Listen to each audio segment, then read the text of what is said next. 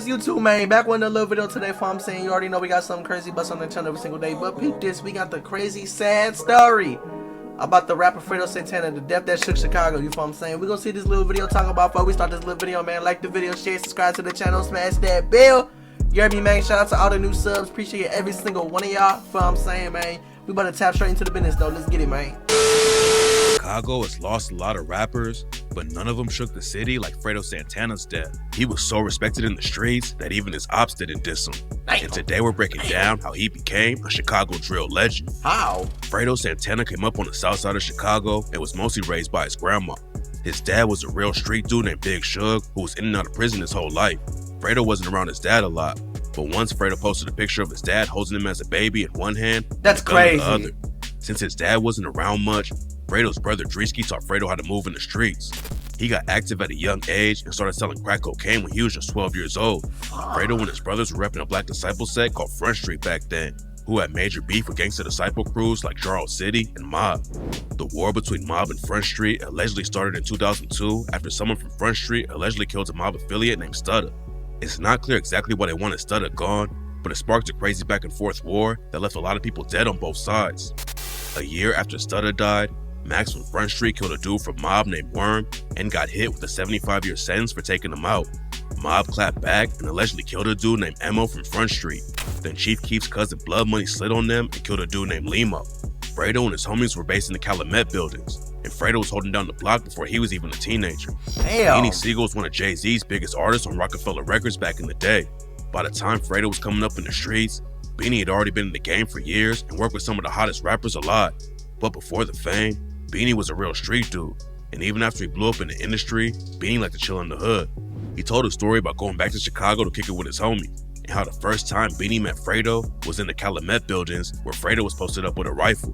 Fredo was still only around 12 at the time, but he was definitely ready for smoke. 12-year-old child posted up with a rifle in the trap, selling crack cocaine. Wow, you wildin'. That was also the year he caught his first charge. Fredo didn't stay out of the streets for long though, and 2 years later, he went to juvie for hitting a teacher. By the time he got out on probation, Fredo knew he was done with school, so he dropped out and started rapping and getting deeper into the trenches. Fredo probably would have had a good career no matter what, but his cousin becoming the biggest drill artist in Chicago definitely helped. Chief Keef is Fredo's blood cousin. Fredo was 5 years older than Keef and taught him everything he knew about the streets. Wow. And Keef paid it back by helping Fredo wire his raps. Keef had been rapping since he was 5 years old and used to record tapes on his mom's karaoke machine. So by the time he started taking music seriously, he already had a ton of experience. Back in 2010, Fredo ended up behind bars again. While he was locked up, Chief Keef was shooting his first music videos and building a little buzz in Chicago, and Fredo knew he had crazy potential from the jump.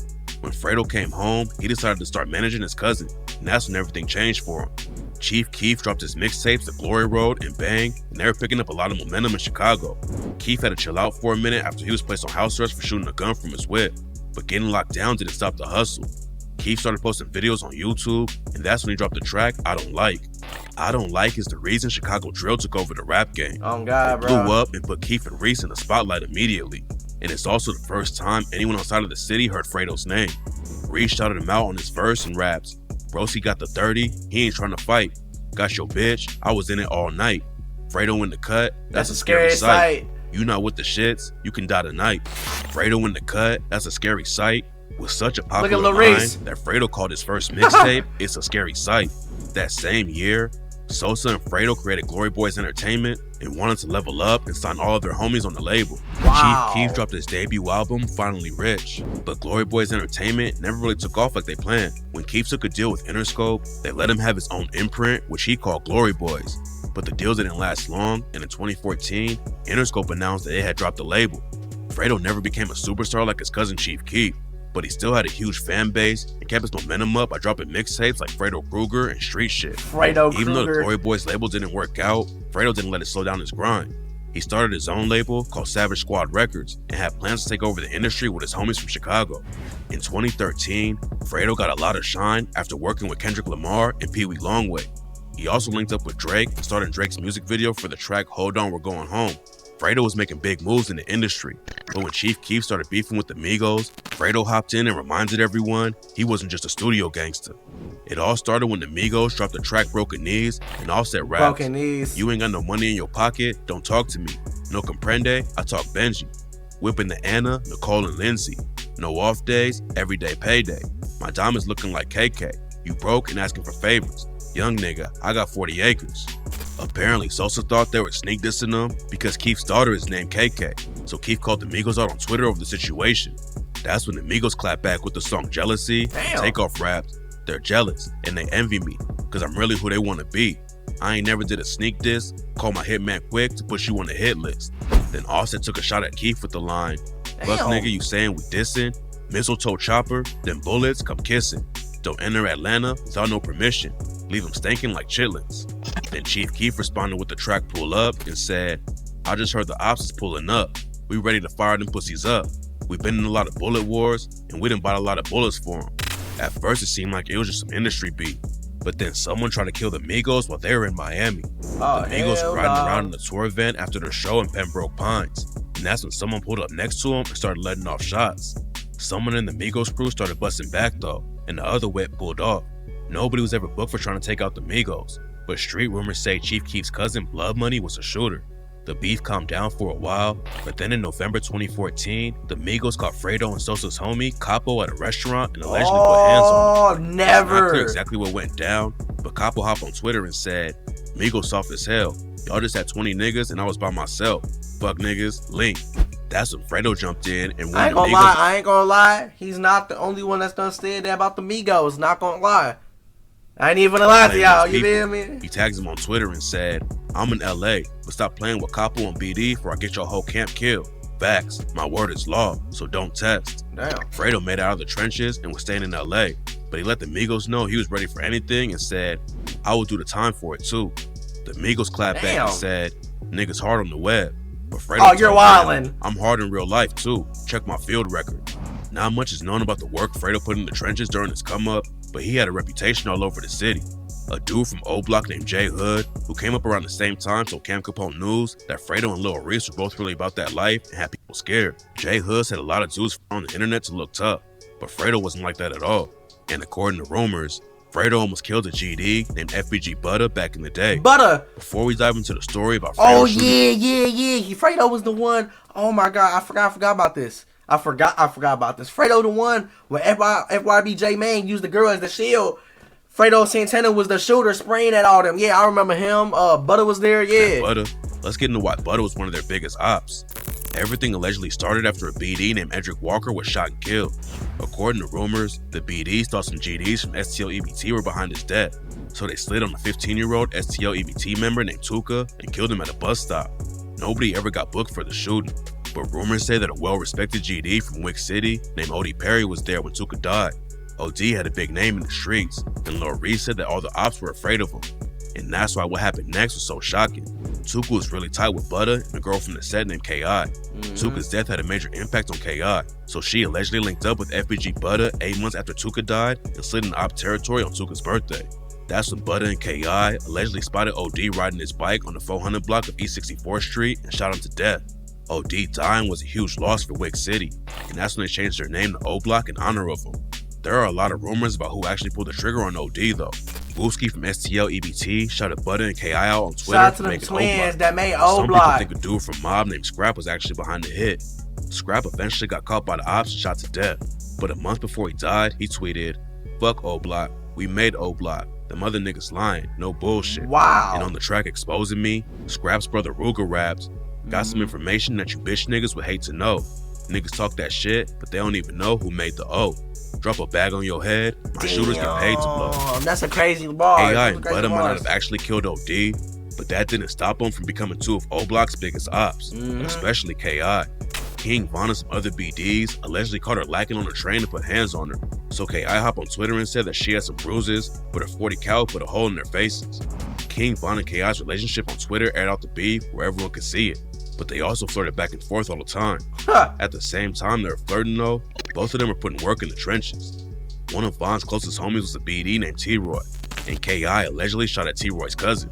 After she beat the case, she went right back to the streets, but then some dudes from a BD set called 800 allegedly put hands on her again. K.I. wasn't just gonna take it though, and right after it went down, she allegedly slid into their hood and shot at some of the dudes who beat her up. Then K.I. took another loss that pushed her even deeper into the streets. Lil B was one of the most notorious GDs in Yup. Chicago. He used to be linked up with a BD set named after Edric Walker called TYMB. Edric and Lil B were blood cousins, but Lil B fell out with the set after rumors were going around that he snitched on a dude named Manny. Lil B's name was cleared eventually, but by that time, he had already switched sides. Less than a year after he split off from TYMB, Lil B allegedly shot a dude from the set named Solo, and that kicked off a crazy shooting spree. In September 2011, he allegedly killed a dude named Jizzle from a set called Squirt Town. It's not clear exactly what happened, but witnesses say there was an argument and then both sides started shooting out of nowhere. Then just 1 month later, Lil B went sliding in BD territory and allegedly murdered a dude from Trap City named Rio. Lil B was putting a lot of pressure on his ops already, but then he did something really shocking. In October 2011, Lil B allegedly walked straight up to O Block and shot Oogie and Platoon. A dude from O Block named J Hood said he was outside with Oogie, Platoon, and a couple other dudes, but he had to run upstairs to see somebody. When J Hood started going up the stairs, he heard shots going off, so he looked out the window and saw two shooters standing over Oogie's body. The shooters ran off, and J Hood went to check on Oogie, and that's when he saw Platoon laid out with gunshots all over his body. Crazy enough, Oogie pulled through and recovered, but Platoon was pronounced dead, and the cops named Lil B as the main suspect. Then just 2 months later, Lil B allegedly caught another body after he tried to rob a car full of dudes. According to reports, I ain't gonna lie, Lil B was a demon, bro. Like, all the things I be hearing about him, bro, is crazy, bro. You got a whole bunch of bodies, slide on ops with wigs on, dressing up homeless. Like, Brody right here was a demon, bro. I want no smoke. May he rest in peace. You feel me? But like, damn, y'all living like this is GTA IRL, bro. Like, y'all really be wildin'. Like life is a video game. Like, no respawns. Strap, and they started handing over their ice. But then the driver tried to speed off, and Lil B shot him in the head. O Block lost another dude named Sherroyd a few months after that, and the gun that killed him was the same one used in the murder of Jizzle. Some people think Lil B killed Sherroyd too, but other rumors say that a dude from STL EBT named Boss Trail is the one who pulled the trigger. Then in 2012, King Von, J Money, Big A, LA Capone, and Manny allegedly killed Lil B's homie P5. Rumors said they set him up, and P5 realized what was going on, but Manny shot him in the back, and then the rest of them finished him off with 6 shots to the face. Damn! Lil B was already sliding like crazy, but P5 made him go even harder on the ops. Around a year after P5 was killed, Lil B was looking for J Money and had one of his homies driving him around. Lil B was laying low in the passenger seat where they couldn't see him, and they followed J Money and his homies E-Dog and Prince Dre for a while. When J Money stopped at a laundromat, Lil B's homie dropped him off down the block, and Lil B started creeping around through the alleys. He popped out while J Money was loading his laundry and started letting off shots. J Money got hit and fell down, but he tried to get back up and escape.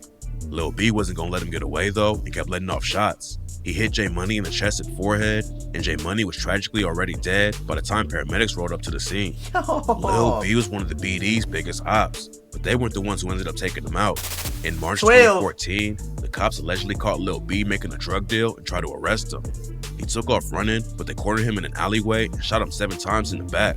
Losing Lil B was a major blow to KI, and she allegedly took her pain to the trenches and killed one of Fredo's closest homies just a month later. In April 2014, Blood Money was chilling outside of his house on the 5600 block of South Elizabeth Street when someone rolled through and started letting off shots. Blood Money had just come back to Chicago after signing a record deal with Interscope out in LA, and his death was a huge shock to everyone. There are a lot of rumors about who actually killed Blood Money, but if KI was really the shooter, it didn't take the BDs long to get revenge. One day after Blood Money was killed, King Von found FBG Butta and KI walking down the street and shot both of them. KI had dropped their location on Twitter right before the shooting happened, and that's allegedly how Von tracked him down. For years, nobody knew who actually killed KI, but Von was always a suspect. He allegedly even rapped about it on the track War With Us and said, "Knock all that meat out your fucking taco. Hollow tips spitting like cyclones.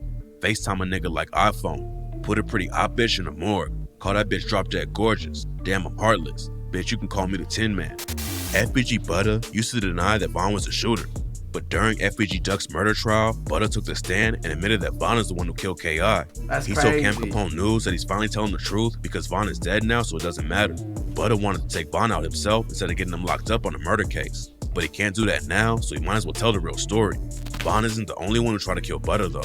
According to a dude named FYB J-Man, Fredo caught Butta outside one day and started shooting at him. So if Fredo really wanted to put pressure on the Migos, it could have ended badly for him. But luckily, they squashed their beef with Chief Keef before the situation got anyone killed. Around the same time Keef was having drama with the Migos, there was also beef between him and a lot of homies back in Chicago. Back in the day, Keef and Fredo's GBE crew were clicked up heavy with Lil Durk's OTF movement. They were basically all the same group back then and were doing shows and making music together. But they weren't just linked up for the industry though. All of them repped the BDs and really came from the trenches. Lil Reese really started to blow up after Keef dropped I Don't Like, but Reese was really putting in work with Lil Durk back in the day. FBG Butter had an interview with DJ UTV and talked about the time him and 3 of his homies all got shot at the same time. Yup, that's what I was talking about with the shield. We all got shot that night. Durk and Reese both got booked for the shooting. Even though the charges were all dropped, Reese pretty much confirmed shooting at them after he told DJ U, "They know what's up. I done seen some niggas on this bitch on the pop before." even after Durk, Keef, Fredo, and Reese were all blown up in the rap game, they still had one foot in the trenches. And in 2013, Durk got booked on a gun charge and was held on a $100K bond. Almost everyone in OTF and GBE showed him support on Twitter. But Keef never said anything about the case and just tweeted, OTG, hashtag only the glow. According to rumors, Durk needed help getting 10K to bond out on the gun charge, but Chief Keef didn't want to help him.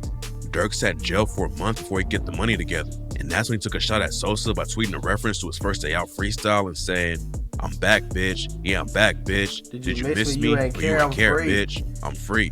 Then the beef started getting more serious. Durk went on a massive rant airing Sosa out, but first he shot a Reese and Fredo out for not being fake.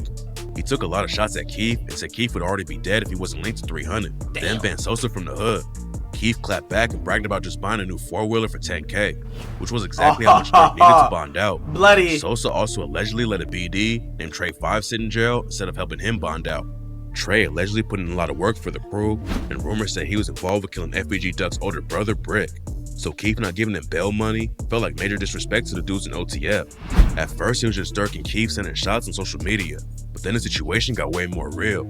A huge fight broke out between the OTF and GBE crew at a show, and Keef's homie Ball Out allegedly got his chain snatched. After it went down, a dude affiliated with King Louie named Grump started telling everyone that Lil Reese choked Durk at the club that night because Ball Out's chain got snatched. I been knew you was going on with that. I was right there when you choked Durk, nigga. You telling me I don't know what's going on. The story shocked a lot of people because everyone knew how tight Durk and Reese were. A lot of people think Durk is the real reason the war in Chicago between the BDs and GDs really started popping off, and Reese allegedly caught one of the first bodies. Lil Durk comes from a BD set called Lamron, and back in the day they were beefing heavily with a crew called No Love City. No Love allegedly killed Durk's homie Lil Mo back in 2009, and Durk took a shot at them on the track RIP Lil Mo and rapped, niggas talking crazy like Durk ain't about nothing and fuck no love cause they ain't on nothing. 64th is where I stand, 40 cal in my pants. Run up on one of us, you gon' see me going blam. Lamron allegedly clapped back in the streets too and took out 2 No Love affiliates back to back. Lamron had a lot of beef with Brick Squad too, and in 2011, Durk's homie Tasky was allegedly killed by Brick Squad members. That's when Durk dropped the track L's Anthem and changed everything. He took shots at Brick Squad and their homies Wooga World and rapped, Brick Squad I say fuck 'em, Wooga World with 'em so fuck 'em, I'm in these streets, no ducking. Durk used to go to school with some Brick Squad dudes like Lil Jojo and didn't have any personal beef with them. That's crazy. But after L's Anthem dropped, Lil Jojo decided to hop in the booth and respond. Jojo wasn't even a rapper, but after he heard the diss track, Jojo knew he had to clap back. He ain't really want to rap until he heard Lil Durk's song, that L's Anthem. Man, he went crazy, fool. He ain't like that. He said, you heard that, bro?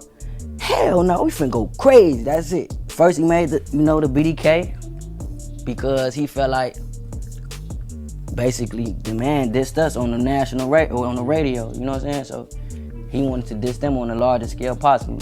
Back then it was normal to diss ops and rival sets, but Lil Jojo changed Chicago forever when he dropped the track BDK. Instead of just going after Lamron and the crews they were clicked up with, Lil Jojo took shots at every black disciple in the whole city. Chief Keef had popped off with his track 300 where he rapped, bullets hot like the sun, nigga. She like Sosa, I'm a big fan. Bitch, I'm leaning like a kickstand. I'm high, I'm smoking ganja. Fuck a Tuka gang, bitch, I'm 300. So Lil Jojo responded by taking shots at 300 and every other BD in the city with the line, these niggas claim 300, but we BDK. BDK, yeah, bitch, we BDK.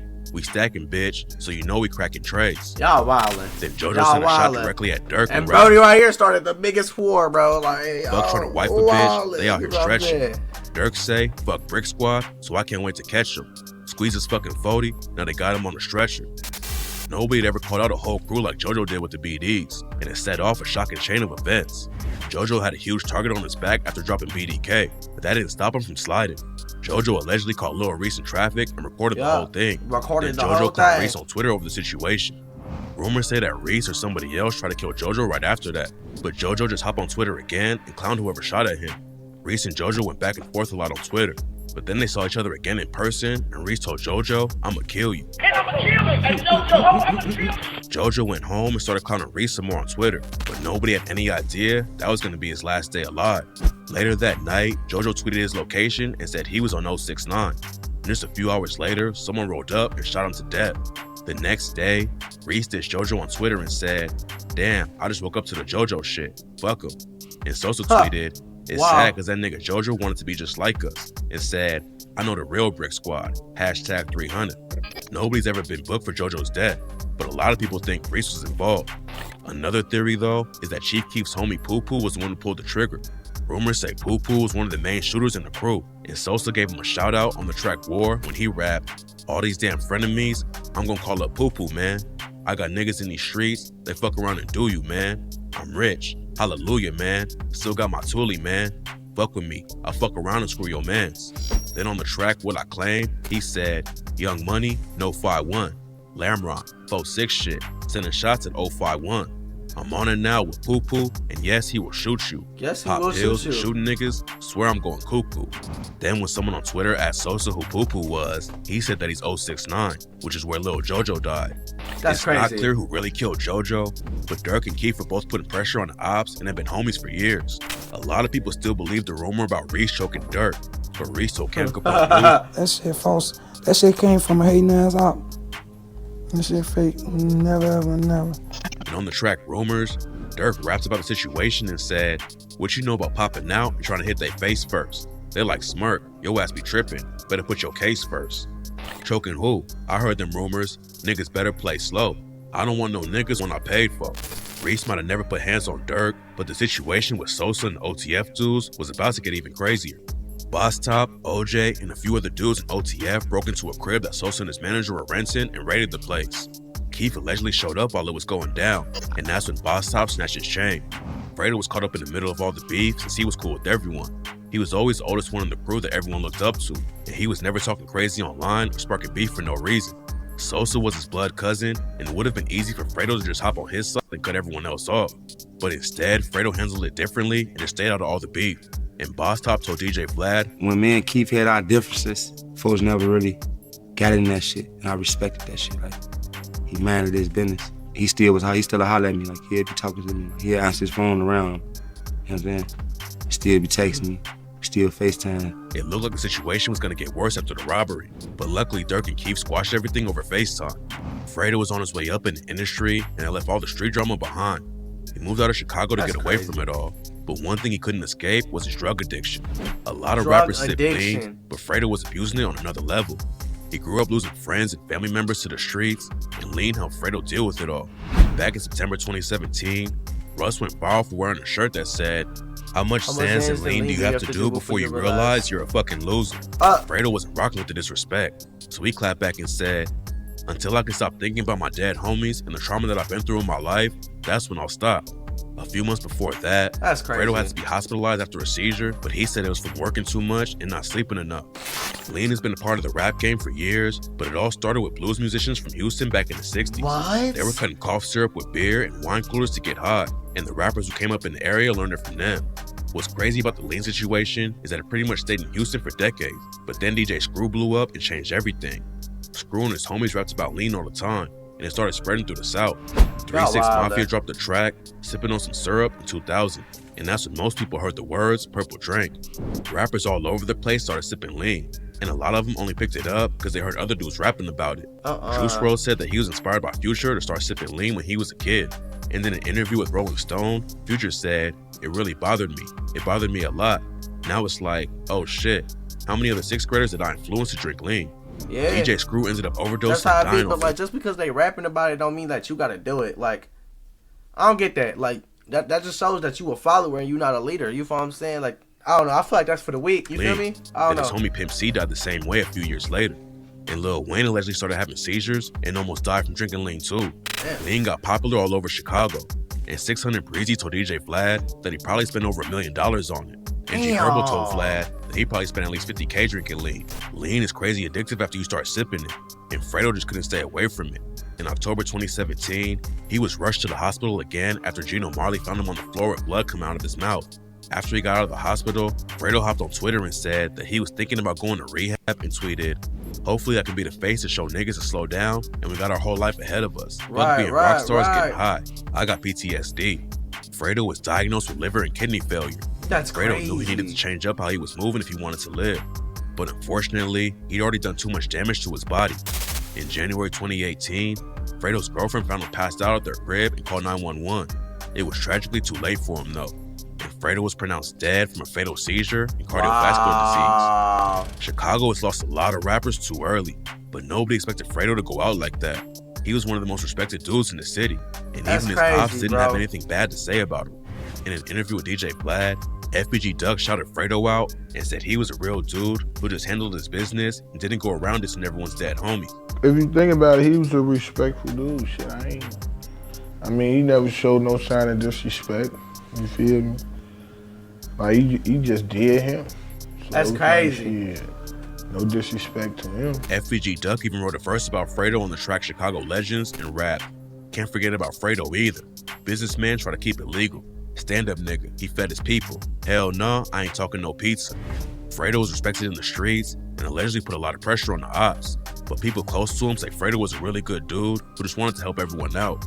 Back in 2012, when his name was just picking up some buzz, Fredo shot a video with Gino Marley and DJ Ken for the track My Blood.